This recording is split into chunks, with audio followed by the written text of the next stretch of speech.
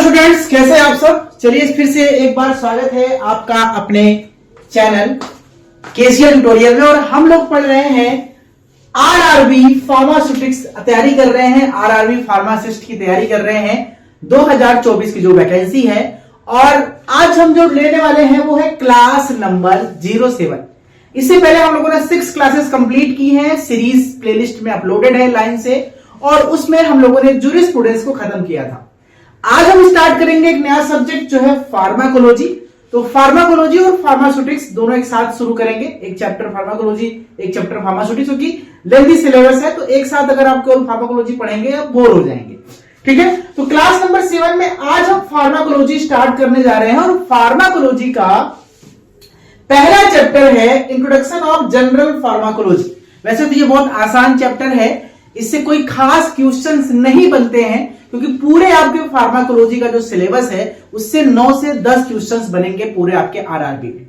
लेकिन इस वाले चैप्टर से कुछ टॉपिक्स में पूछ सकता है क्वेश्चन, क्योंकि पेपर बहुत इजी लेवल का होता है, हार्ड लेवल का पेपर नहीं आता आरआरबी में। तो इसलिए क्वेश्चन यहां से भी कुछ बन सकते हैं। तो क्योंकि मैं आपको पूरा चैप्टर तो नहीं पढ़ाऊंगा, मैं हर चैप्टर में जो जो इंपॉर्टेंट टॉपिक है उसको डिस्कस करूंगा, फिर हम लोग क्वेश्चन सीरीज की तरफ चलेंगे। चलिए इस चैप्टर को स्टार्ट करते हैं। चैप्टर को स्टार्ट करते पहले बात करते हैं कि इंट्रोडक्शन ऑफ जनरल फार्माकोलॉजी में डेफिनेशंस वगैरह सबने पढ़े हैं, सबको पता है।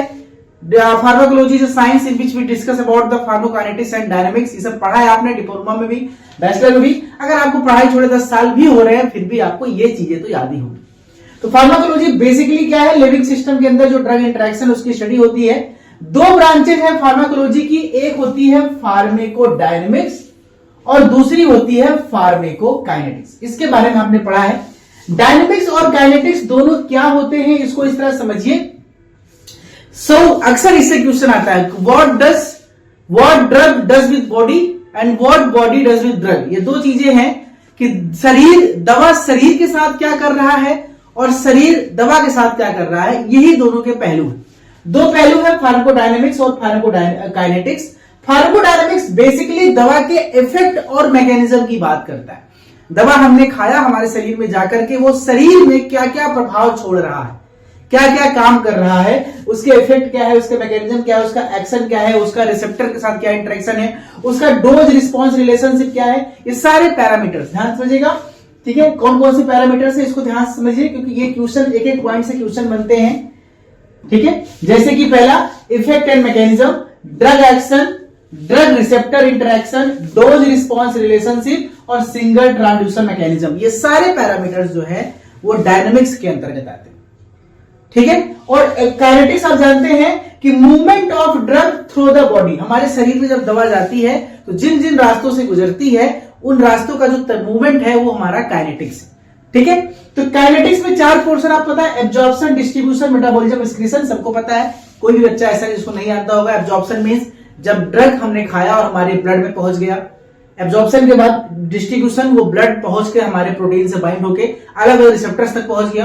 रिसेप्टर पहुंच के अपना एक्शन करने के बाद मेटाबोलाइज होता है, बाहर निकलता है, वो मेटाबॉलिज्म है। और फिर एक्सक्रीट होकर शरीर से बाहर निकलता है, वो एक्सक्रीशन। ये सब एक्सप्लेन नहीं करना है, यू नो वेरी वेल। कुछ ब्रांचेज हैं, आपके ब्रांचेज हैं फार्माकोलॉजी के, कुछ अलग अलग ब्रांचेज है, उनसे क्वेश्चन कभी कभी पूछ लेता है। उसको डिस्कस करते हैं। पहली ब्रांच है फार्मेकोजेनेटिक्स। अब इसके नाम से लग रहा है फार्मेको मतलब ड्रग, जेनेटिक्स मतलब जेनेटिक रिलेशनशिप, पेरेंटल हिस्ट्री वगैरह। तो जब भी हम किसी जेनेटिक फैक्टर का रोल देखते हैं किसी भी ड्रग का, उसके जेनेटिक फैक्टर का किसी बॉडी पे, वो फार्मेकोजेनेटिक्स है। इसके अंतर्गत rate of drug metabolism, drug induced toxicity and drug induced allergy, कि कोई एक दवा किसी व्यक्ति को ज्यादा सूट करती है, कोई एक दवा किसी व्यक्ति को कम सूट करती है, कोई एक दवा किसी व्यक्ति को नुकसान करता है, एलर्जी करता है, कोई एक वही दवा किसी दूसरे व्यक्ति को फायदा करता है। ये जो डिफरेंस है वो उनकी पूरी स्टडी जो है वो फार्मेकोजेनेटिक्स में होती है। कीमोथेरेपी आप जानते हैं क्या होता है। कीमोथेरेपी मतलब by the use of chemicals. अब केमिकल्स का मतलब यहाँ पे एंटीबायोटिक्स है। तो जब भी बॉडी में किसी भी वायरल, फंगस, पैरासाइट, इन सब के लिए एंटीबायोटिक्स, एंटीवायरल ड्रग का इस्तेमाल किया जाता है, तो उसे हम कीमोथेरेपी कहते हैं। बस नाम जानते चलिए। चैप्टर नंबर 1 बहुत इजी है। चैप्टर नंबर 2 से कोलॉजी स्टार्ट होता है, लेकिन चैप्टर नंबर 1 देख लेते हैं। टॉक्सिकोलॉजी क्या है, जब भी किसी ड्रग का हमारी बॉडी पे एडवर्स इफेक्ट आने लगता है उसकी स्टडी को हम टॉक्सिकोलॉजी कहते हैं। क्लिनिकल फार्माकोलॉजी क्या है? जब किसी study of drug in man and animal as pertaining the founded और clinical observation on living system. जब किसी भी दवा का ट्रायल्स होता है तो पहले वो एनिमल पे होता है और ट्रायल पास होने के बाद वो ह्यूमंस पे होता है। किसी भी दवा का किसी मनुष्य पे या जानवर पे उसके जो प्रभाव, उसके दुष्परिणाम, इन सभी का जो अध्ययन होता है, उसके इफेक्ट का, साइड इफेक्ट का स्टडी जो है वो क्लिनिकल फार्माकोलॉजी कहलाता है।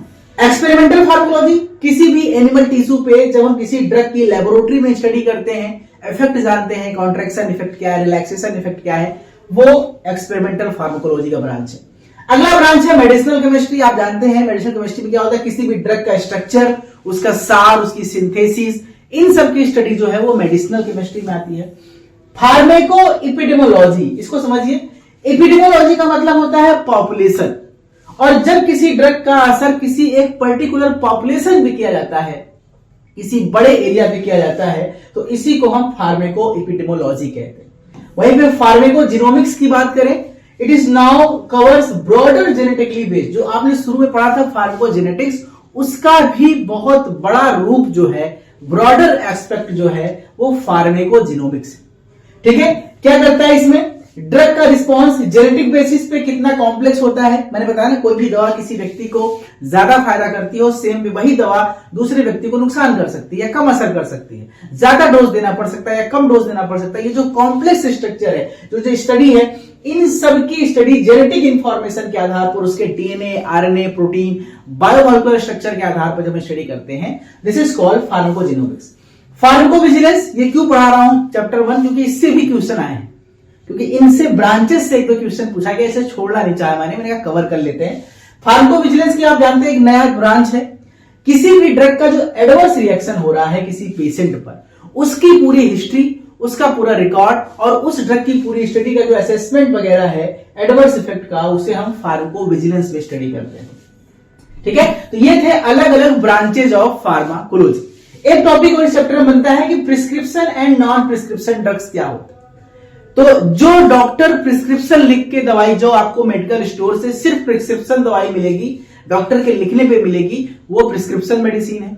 और जो दवाइयां आपको बिना डॉक्टर के पर्चे के आप अपने से जाके मांग करके ले सकते हैं, जैसे सर्दी हो रही है, जुकाम हो गया है, कफ सिरप दे दो, गले में खिचखिच हो गई है, तो थोड़ा सा हम कह सकते हैं कि हमको फीवर आ रहा है, बदन दर्द है, बाम दे दो, तो टैबलेट दे दो, ये सभी ओटीसी मेडिसिन है, ओवर द काउंटर। तो जितने भी नॉन प्रिस्क्रिप्शन ड्रग हैं वो ओवर द काउंटर ड्रग्स होते हैं। इसके अलावा सारी दवाइयां काउंटर ड्रग हैं या प्रिस्क्रिप्शन ड्रग है। तो प्रिस्क्रिप्शन ड्रग तो बहुत सारा है, उनको याद करने से बेहतर है कि हम ओवर द काउंटर ड्रग याद कर लें। इसके अलावा जो बचेंगे सारे प्रिस्क्रिप्शन। इसमें बेसिकली 4 कैटेगरी है। एक एनाल्जेसिक का, जैसे पैरासिटामोल, आइबुपेरा, एस्पिरिन, ये सब हम खाते हैं। Analgesic medicine over the counter drug है। एंटासिड्स में डाइजीन वगैरह है, ये भी हमारा डाइजीन है, सुक्रालफेट वगैरह है, मिल्क ऑफ मैग्नीसिया है, क्रीमाफिन है। ठीक है, एंटी हिस्टामिनिक में से सिट्रजिन, मुंडेरसी, मुंडेलुकास्ट, जिब्रेलिकास्ट, ठीक है, ये सब हम खा रहे हैं एंटी हिस्टामिनिक। और कफ एंड कोल्ड मेडिसिन में से कफ सिरप वगैरह, डेक्सोमेथार्पिन, अमोनियम सॉल्ट, अमोनियम सिट्रेट, ब्रोमेहेक्सिन, ये सारी जो दवाइयां हैं ये ओटीसी मेडिसिन है, हम बिना डॉक्टर के प्रिस्क्रिप्शन के भी इसको ले सकते हैं। नाम याद कर लेना, इससे क्वेश्चन आता है। अब बात करते हैं कि एक क्वेश्चन पूछता है कि इनमें से कौन सा सोर्स ऑफ ड्रग इंफॉर्मेशन दुनिया में किसी को भी, चाहे डॉक्टर्स को पढ़ना हो, चाहे फार्मासिस्टों को पढ़ना हो, या किसी कंपनी वाले को पढ़ना हो, या किसी स्टूडेंट को पढ़ना हो, दवाओं के बारे में जो नई नई दवाइयां डिस्कवर हो रही हैं, जो नई दवाइयां स्टडी हो रही हैं, हर 2 साल 3 साल में कुछ नई मार्केट में ड्रग आती है, कुछ नए एंटीबायोटिक्स आते हैं। तो ऐसा तो नहीं कि जो आपने पढ़ के पास हो गया फिर वही किताब से जीवन भर आप इलाज करेंगे। डॉक्टर्स की भी बात हो रही है, तो कुछ नई जो मेडिसिन लॉन्च हो रही है, जो नई स्टडी हो रही है, जो नया फार्माकोविजिलेंस स्टडी आ रहा है, उसके लिए आपको कहां से इंफॉर्मेशन मिलेगा? This is the sources of drug information. कुल 9 प्रकार के डेटाबेस होते हैं जिससे इंफॉर्मेशन मिलता है। नाम जान लीजिएगा। फार्माकोपिया आप जानते हैं, आईपी, यूएसपी, आरपी, ठीक है, बीपी, अब अलग अलग फार्माकोपिया है। नेशनल फॉर्मुलरीज, ये बेसिकली भारत सरकार जारी करती है, या इसमें नई नई ड्रग्स जो भी है उनका मेडिसिन डेटा रहता है। Martindale the extra pharmacopoeia, Martindale एक बहुत फेमस किताब है जो फार्माकोपिया की तरह ही होती है, जिसको एक्स्ट्रा फार्माकोपिया कहते हैं। फिजिशियन डेस्क रेफरेंस, पीडीआर आप सुने होंगे, जो एमआर लोग डॉक्टर्स को कुछ बुक वगैरह देते हैं जिसमें सभी दवाइयों के फार्मूला, कंपोजिशन, किस कंपनी में क्या रेट है, सब कुछ मिलता है। एक वो होता है American medical association drug evaluation है, टेक्स्ट बुक्स वगैरह है, जर्नल्स आते हैं फार्माकोलॉजी के जो ड्रग्स के जर्नल रिलीज होते हैं, ड्रग बुलेटिन्स और डेटाबेस जिसमें माइक्रोमोडेक्स, मेडलाइन और कोकरेन लाइब्रेरी ईटीसी, ये सब जो डेटा है याद कर लो बेटा। ये सब बेसिकली से क्वेश्चन बहुत कम आते हैं, एक दो बार क्वेश्चन पूछा गया था एनएफ से, नेशनल फार्मूली से, मैं क्वेश्चन कवर करूंगा इसलिए इसको पढ़ा रहा हूं, ठीक है। चलिए अब हम बात कर लेते हैं कि कुछ एक क्वेश्चन इसमें पूछा गया था कि किसी भी ड्रग का जो नेम 3 कैटेगरी का नेम होता है। एक होता है उसका अप्रूव्ड नेम जिसको ऑफिशियल नेम या जेनेरिक या नॉन प्रोप्राइटरी नेम कहते हैं, जेनेरिक नेम कहते हैं। एक होता है उसका ब्रांड नेम और एक होता है उसका केमिकल नेम। जैसे एग्जांपल तौर पे एग्जांपल है पैरासिटामोल। अब पैरासिटामोल का जो जेनेरिक नेम है या ऑफिशियल नेम है, अप्रूव्ड नेम हो पैरासिटामोल है, लेकिन ब्रांड नेम क्या है, क्रोसिन, कालपाल, सुमो, है ना, डोलो, अलग अलग नाम से बिकते हैं। और जबकि केमिकल नेम क्या है, केमिकल नेम है एसिटोअमीनोफेन, उसका जो बेसिक स्ट्रक्चर है केमिकल स्ट्रक्चर, उसे केमिकल नेम बोलते हैं। तो किसी भी ड्रग का बेसिकली 3 नाम होता है, सभी ड्रग का, ठीक है, 3 नाम होता ही होता है। तो वह एक एग्जांपल दे रहा हूं कि कौन कौन से नाम होते हैं, ये भी जानेंगे, ठीक है। अब आते हैं, अगला टॉपिक हमारा है सोर्सेज ऑफ ड्रग। जो हमें ड्रग प्राप्त होता है वो कहां से मिलता है, तो उसके बहुत सारे सोर्स है। प्लांट से मिल सकता है, एनिमल से मिल सकता है, मिनरल से मिल सकता है, बैक्टीरिया से मिल सकता है, वायरसेस से मिल सकता है।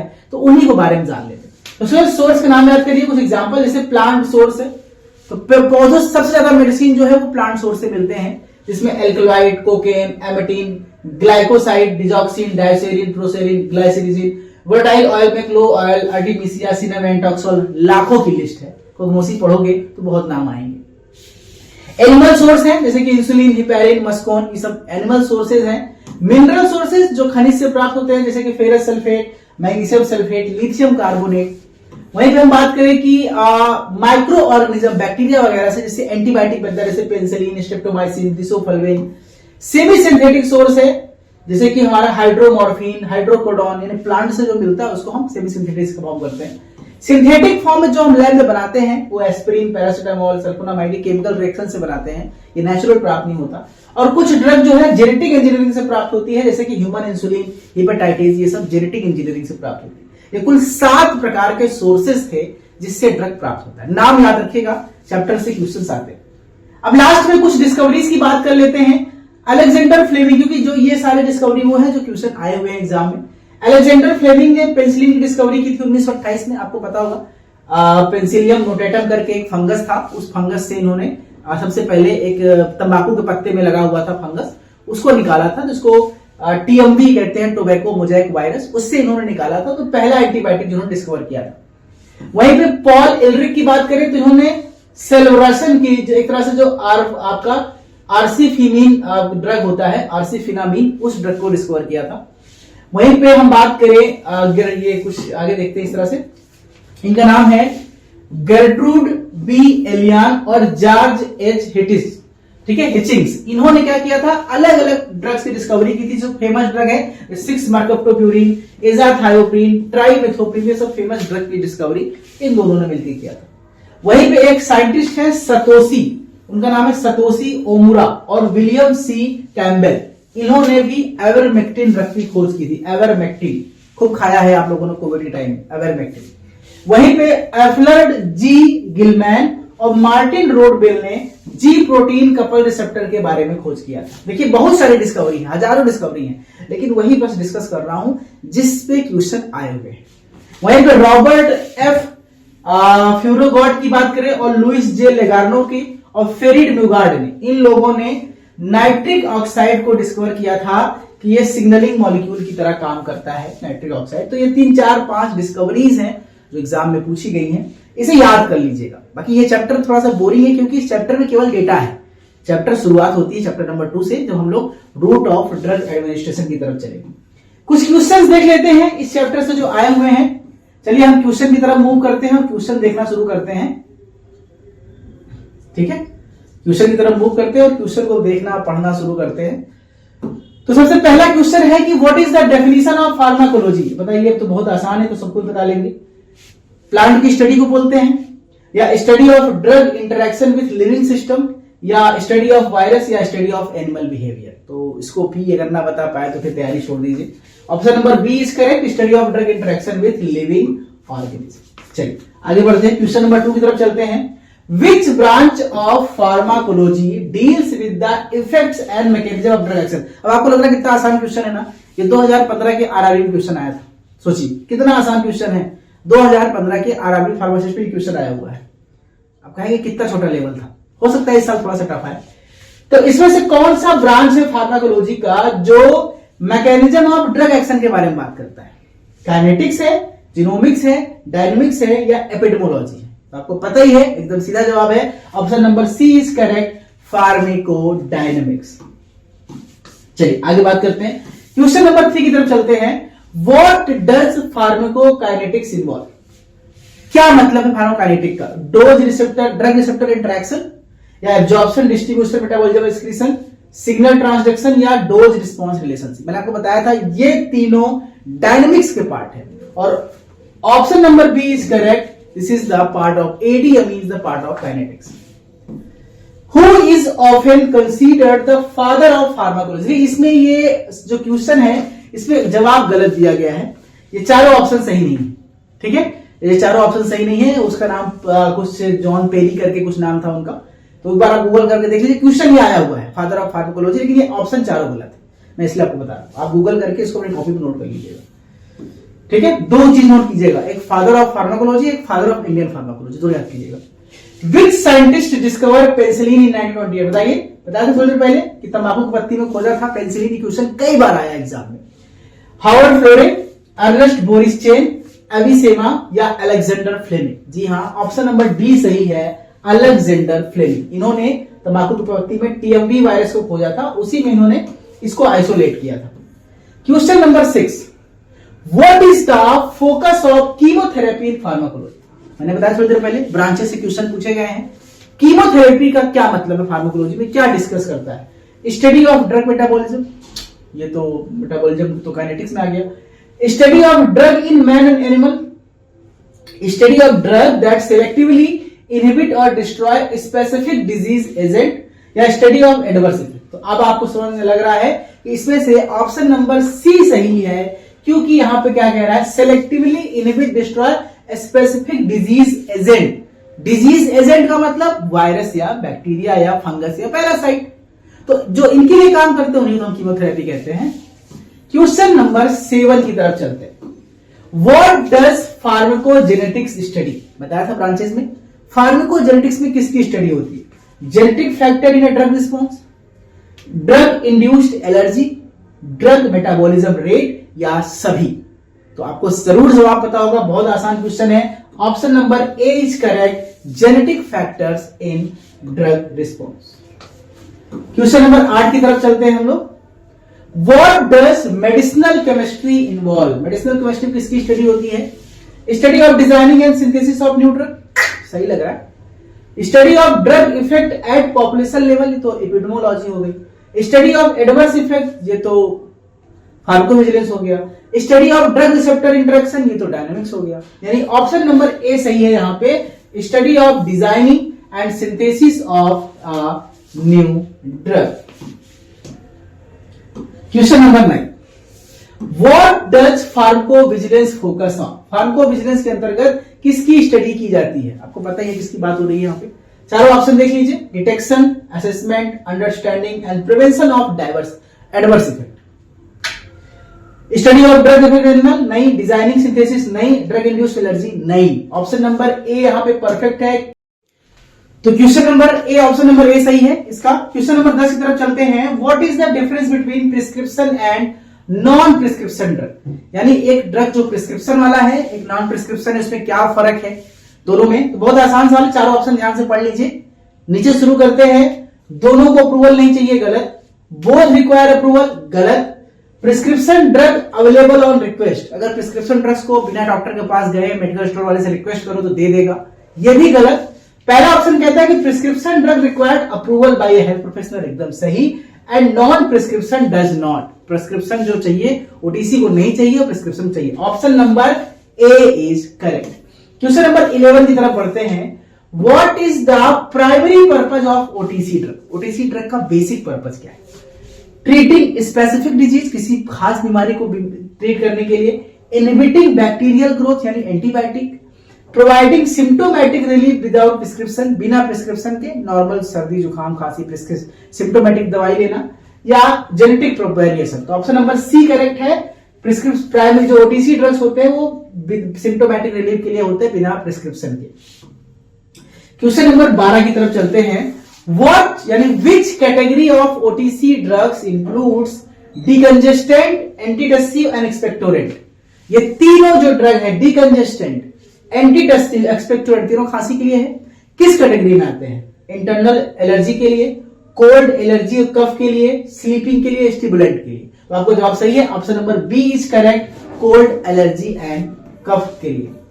Question number 13, what is the role of stimulants in OTC drug. Stimulant का इस्तेमाल कब किया जाता है? जब आपको कभी नींद आ रही हो, सुरती रगड़ के खा लीजिए, नींद भाग जाएगी, वो स्टिमुलेंट है। चाय पी लीजिए, वो स्टिमुलेंट है। इनहिबिटिंग इन्फ्लेमेशन, गलत। इंड्यूसिंग स्लीप, नींद आने के लिए, कोई रात को चाय पीता है क्या नींद आ जाए। प्रमोटिंग अलर्टनेस, थोड़ा सा अलर्ट होने के लिए, और रिलीविंग पेन। तो यहां पे ऑप्शन नंबर सी सही है, प्रमोटिंग अलर्टनेस के लिए। चलिए क्वेश्चन नंबर हम आते हैं 14 की तरफ। Which branch of pharmacology deals with the study of drugs in man and animal based on clinical observation. Clinical observation के बेसिस, क्वेश्चन भी आया हुआ, बता रहे क्वेश्चन आया हुआ था, के बेसिस पे कौन सी ब्रांच स्टडी करती है? Experimental pharmacology, medicinal pharmacology, clinical pharmacology या फार्मेकोजिनोमिक्स। तो सही जवाब आपको पता है, this is option number C, clinical pharmacology. Question number 15 पे आते हैं। What is pharmacogenomics concern with. Pharmacogenomics के अंतर्गत हम किसकी स्टडी करते हैं? जिनोमिक्स याद आया, study of drug adverse effect at population level, ये तो दूसरी चीज है। Study of genetic variation in a drug response, ये सही लग रहा है। आगे भी देख लेते हैं, स्टडी ऑफ एडवर्स इफेक्ट और study of drug receptor interaction, यानी कुल मिला के ऑप्शन नंबर बी सही है, study of genetic variation in drug receptor. Question number 16, what is the science of pharmacovigilance related to. Pharmacovigilance जो है एक नई ब्रांच है फार्माकोलॉजी की, वो किस पे स्टडी है, किस पे आधारित है? Designing of a new drug, detecting, assessing, understanding, then preventing adverse effect. Clinical pharmacology, pharmacogenomics. तो आपको सबको पता है कि फार्माकोविजिलेंस एडवर्स इफेक्ट पे काम करता है, ऑप्शन नंबर बी सही है। Question number 17, what is the purpose of A national फार्मूलरी। मैंने कहा इस पे क्वेश्चन आया हुआ, इसलिए मैंने आपको पूरा वो 8-9 बता दिया। नेशनल फार्मूलरी का पर्पस क्या है? Test for identification, purity and standardisation, ये तो ऐसे होता है। प्रोवाइड फार्मास्यूटिकल इंग्रेडिएंट्स, ये तो फार्माकोपिया होता है। Reference for hospitals and health care professional, ये सही लग रहा है। Study drug effect and population, ये तो फार्माकोएपिडेमोलॉजी हो गया, ऑप्शन नंबर सी सही। क्वेश्चन नंबर 18 पे आते हैं। Which source of drug information deals with physical and chemical properties of drug and test, identification, purity and standardisation. ये सब कुछ किसमें होता है? पढ़ा है, अब किताबों में रखा होगा ना कॉलेज में, ऐसे होगा, टेस्ट ऑफ आइडेंटिफिकेशन होगा, प्योरिटी होगा। कभी किताब खोल के देखा है लाइब्रेरी में? मार्टिनडेल नहीं, अमेरिकन मेडिकल एसोसिएशन नहीं, pharmacopoeia good, national फार्मूलरी, option number सी सही है फार्माकोपिया में। क्वेश्चन नंबर 19 में आते हैं। Which category of drug name include Calpol, Crocin and Tylenol. ये जो कालपाल, क्रोसिन और टाइलिनॉल जो नाम है, ये कैसा नाम है? बताया था 3 नाम होते हैं, एक ब्रांड नेम जिसको जेनरिक नेम या प्रोप्राइटरी नेम भी कहते हैं, दूसरा ब्रांड नेम और तीसरा केमिकल नेम। तो ये कौन सा नाम? कालपाल क्रोसिन कौन सा नाम है भाई? कंपनी का ब्रांड नेम ही होगा। तो approved official generic proprietary name, गलत। ब्रांड या ट्रेड नेम, ये सही लग रहा है, केमिकल नेम है नहीं, जेनेटिक नेम नहीं, ऑप्शन नंबर बी सही है, brand name. Question number 20, what does the chemical name of drug represent. किसी भी ड्रग का जो केमिकल नेम होता है वो किस चीज को प्रदर्शित करता है? उसके ब्रांड नेम को, उसके अप्रूव्ड नेम के, उसके ड्रग के स्ट्रक्चर को, या ट्रेड नाम को। तो आपको पता ही है वो उसका केमिकल स्ट्रक्चर दिखाता है, ऑप्शन नंबर सी सही। तो चैप्टर नंबर 1 बहुत छोटा था, लेकिन इससे क्वेश्चन बन सकते हैं क्योंकि आरआरबी का पेपर इजी होता है। जीपैट में क्वेश्चन इससे नहीं आते हैं क्योंकि बहुत इजी क्वेश्चन जीपैट में नहीं आते हैं। तो ये हम लोगों ने चैप्टर नंबर 1 कोलॉजी खत्म किया। ये क्लास नंबर 07, आज थोड़ी सी छोटी क्लास थी। अब हम मिलेंगे आपसे क्लास नंबर 8 में कल शाम को 7 बजे एक नए टॉपिक के साथ। आज के लिए इतना ही काफी है। Thank you so much, take care, love you all.